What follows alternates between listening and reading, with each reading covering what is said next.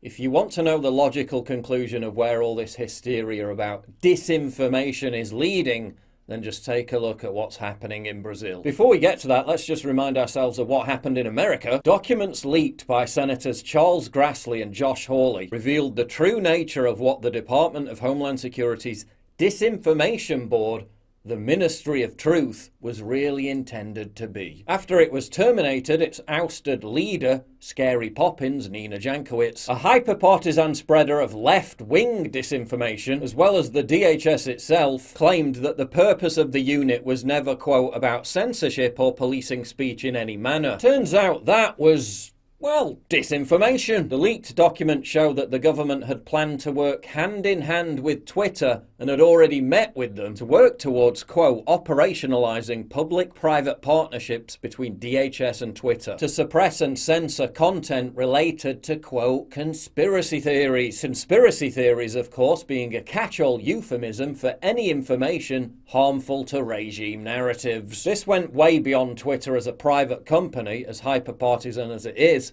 merely enforcing its own terms of service. This was the government working directly with Twitter to censor information it deemed harmful, much like happens in places like communist China and in total violation of the First Amendment, and the ultimate goal, which is now unfolding in Brazil. Brazil's presidential, legislative and regional elections are all set to take place in October. The head of Brazil's Superior Electoral Tribunal has now said openly that the court will nullify election winners that they deem to have shared disinformation online. When, as per its jurisdictional function, the court receives a complaint and it is demonstrated that a specific candidate engaged in deeds that he knew were false, he will be subject to the Electoral Code rule characterizing that conduct as a crime, and this can result in the loss of his office as punishment, Edson Fachin warned. In other words, if Jair Bolsonaro is democratically voted into office again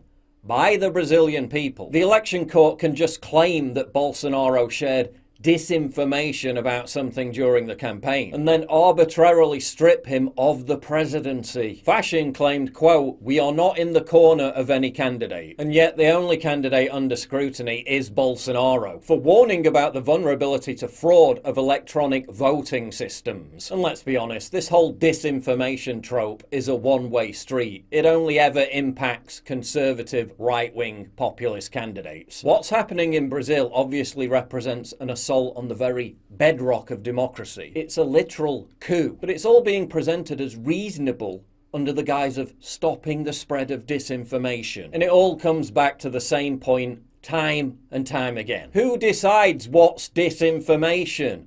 The federal bureaucracy, the deep state, the regime. Gee, what could possibly go wrong?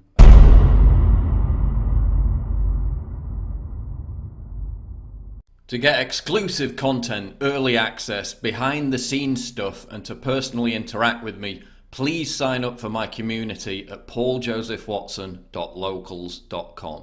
Link in description, and thank you for your generous support.